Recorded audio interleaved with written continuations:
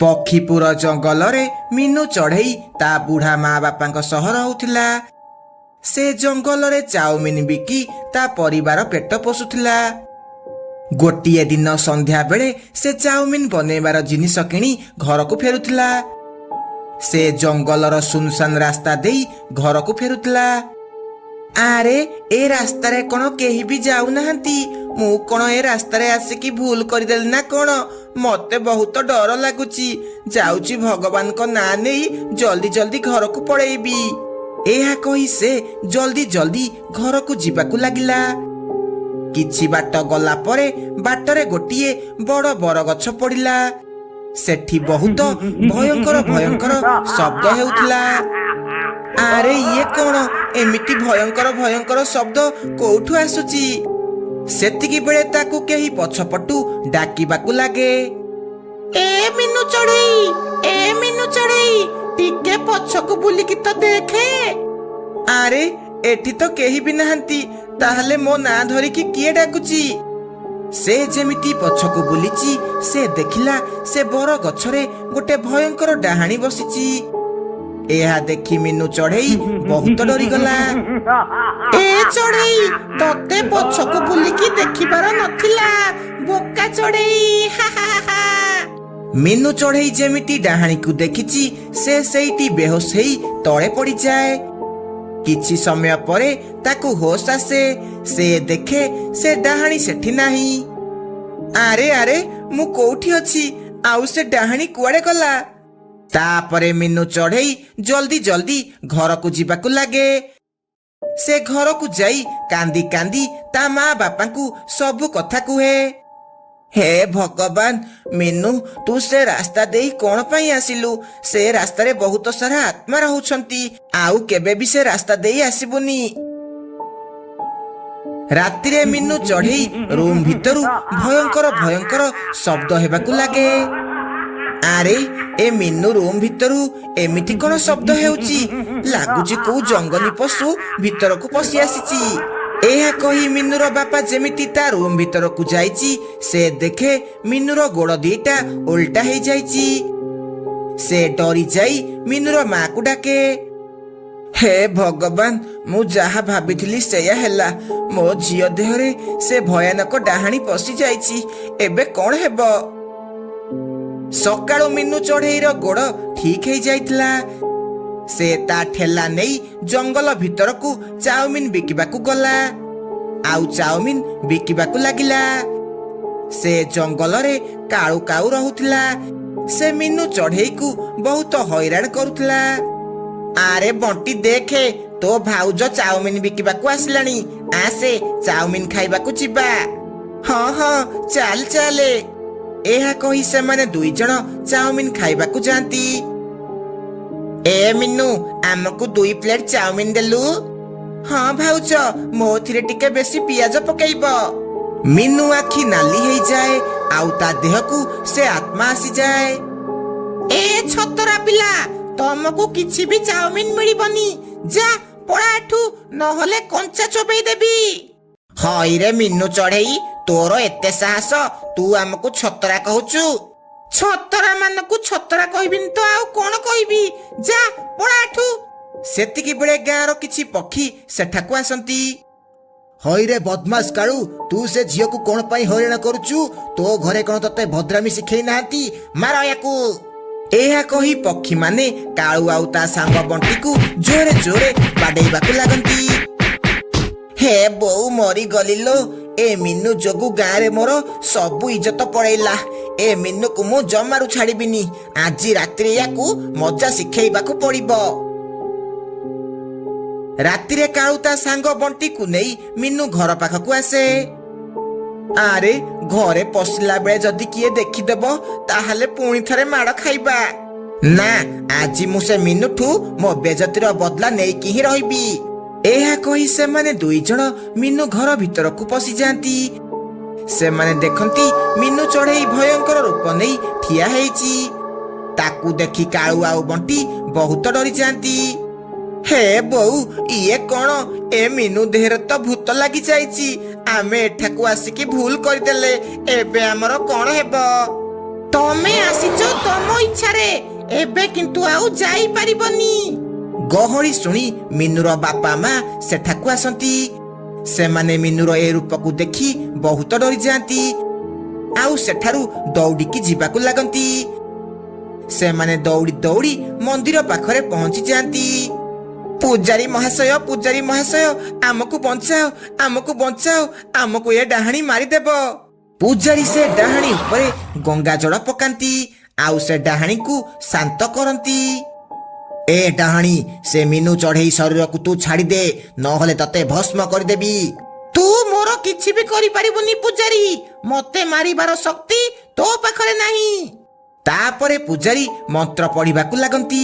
ମନ୍ତ୍ର ଶୁଣି ସେ ଡାହାଣୀ ଦେହ ଛଟପଟ ହେବାକୁ ଲାଗେ। ତୁ କିଛି ବି ଠିକ କଲୁନି, ମୁଁ ପୁଣି ଥରେ ଆସିବି, ଆଉ ତମ ମାନଙ୍କୁ କାହାକୁ ବି ଛାଡ଼ିବିନି।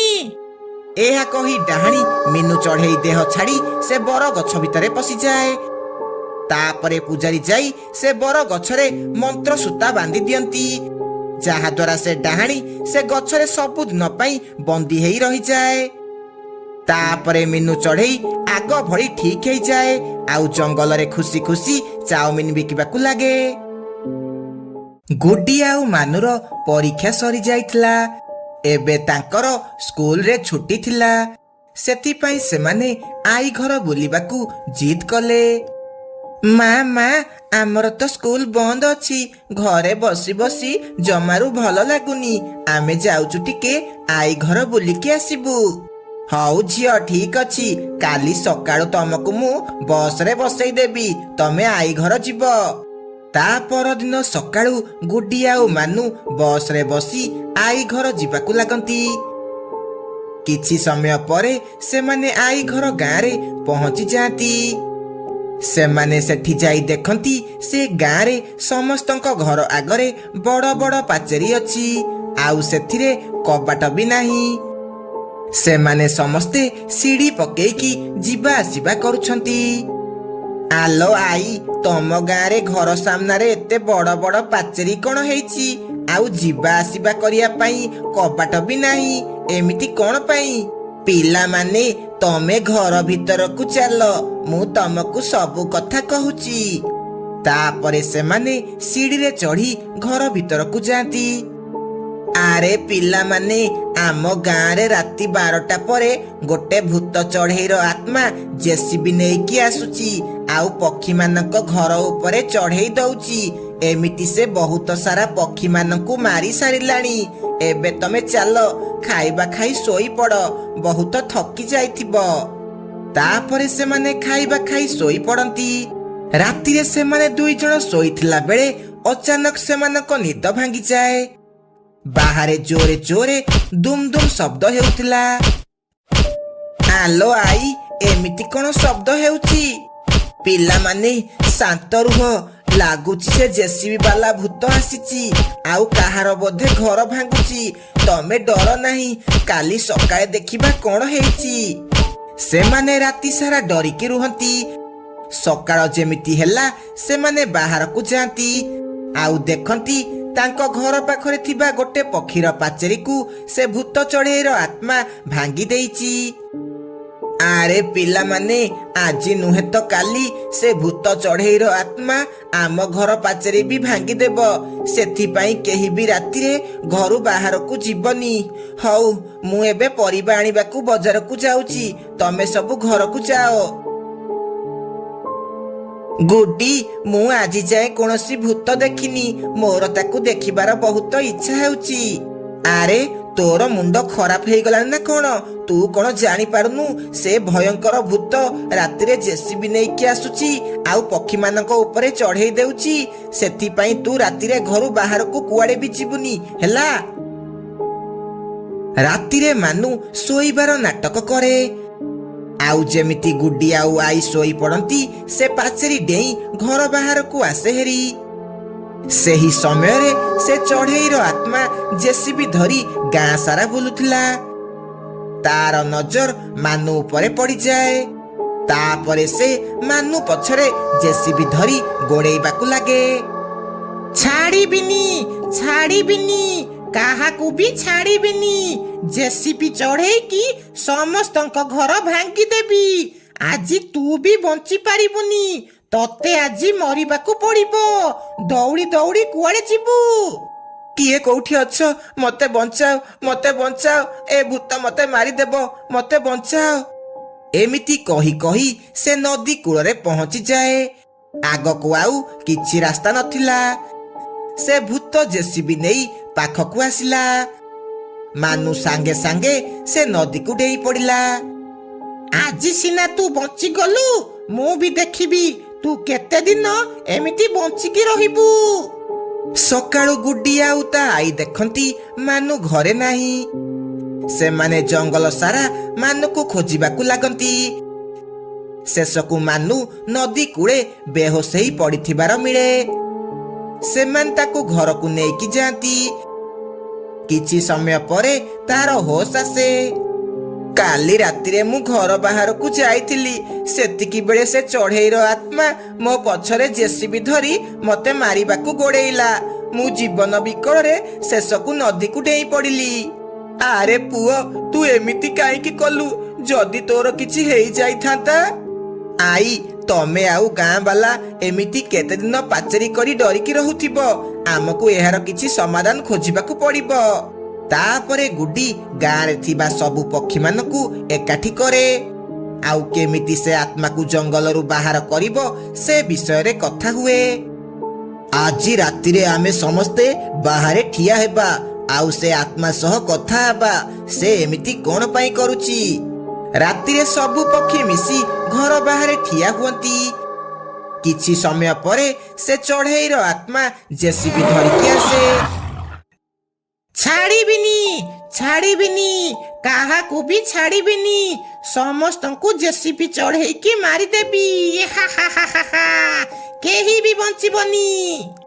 ରହ ରହ ଡାହାଣୀ, ତୁ ଏମିତି କଣ ପାଇଁ କରୁଛୁ? ତୁ କଣ ପାଇଁ ପକ୍ଷୀମାନଙ୍କୁ ମାରୁଛୁ? ଆମେ ତୋର କଣ କରିଛୁ? ତାପରେ ସେ ଡାହାଣୀ ସେମାନଙ୍କ ପାଖକୁ ଆସେ। ଜାଣିବାକୁ ଚାହୁଁଛ? ତାହେଲେ ଶୁଣ। 10 ବର୍ଷ ତଳେ ମୁଁ ଏହି ଗାଁରେ ମୋ ପରିବାର ସହ ରହୁଥିଲି। କିଛି ଦିନ ପରେ ଏ ଗାଁକୁ ରୋଡ କାମ ଆସିଲା, ଆଉ ମୋ ଘର ରୋଡ ମଝିରେ ଥିଲା।